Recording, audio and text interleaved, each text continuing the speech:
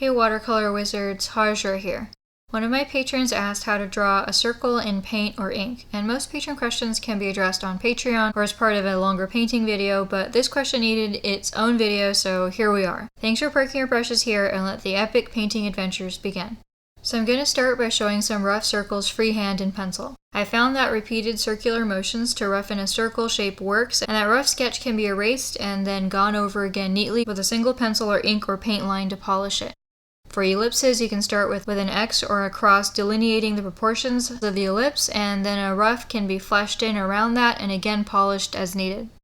If you're nervous doing a solid ink line freehand for a circle or other curving shape, you can use dashes to break up that line, and this is easier on the hands and still reads as a circle. You can also take a freehand circle, again done by roughing in a sketchy circle and neatening it, and then paint it from the inside to create a neat circular shape.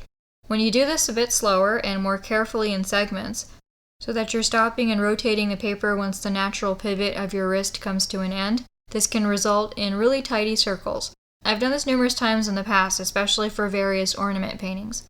You can also use an inexpensive compass tool to draw a more perfect pencil circle instead of a freehand circle. And then this compass-made circle can be outlined in a color line via a brush or filled in with paint like in the previous example. Again, if you start and stop based on the natural pivot of your wrist, you will get a decent result. There will be small indicators of where you started and stopped if the paint blobs at the ending or starting points, but this can be reduced with practice. And now we return to the circle compasses again, but these ones are adaptable so that the mark-making instrument can be varied as desired, as long as it fits into the opening in the compass tool. So I got these adaptable compasses from Dick Blick online. The Staedtler one was about $4 and the Kern one was about $11, so these are both also pretty affordable. Now I can pop a pencil in there so it lines up with the metal tip on the other side, tighten the bolt, and draw myself a pencil circle. But we were already doing that. What's neat about these adaptable compasses is that I can put an ink marker or an ink nib pen or a paintbrush in there and then draw my circles in paint, ink, or even masking fluid if I want. So see how easily I can draw some blue ink circles in a single pass now that I can just put my marker into the compass.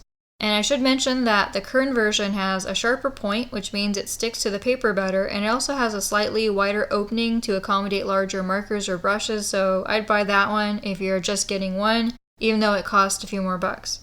And I can also insert a thicker tip filbert brush in there and draw a thicker green watercolor circle.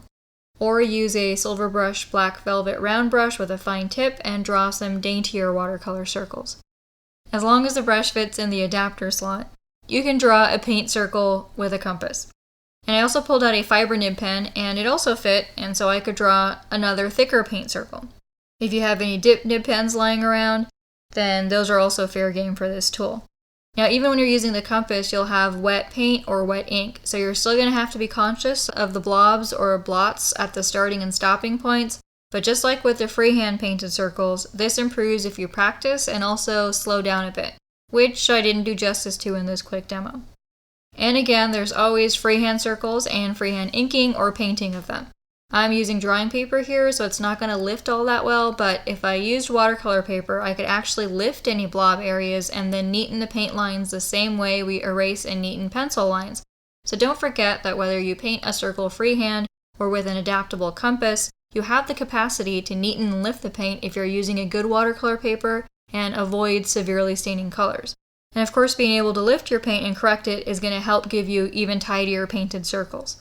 Lastly, I didn't show this here, but you can also create painted circles with a circle stencil and sponge paint through that, though this wouldn't work for many projects I do, so I don't utilize it much unless I'm going for a bokeh type blur background effect.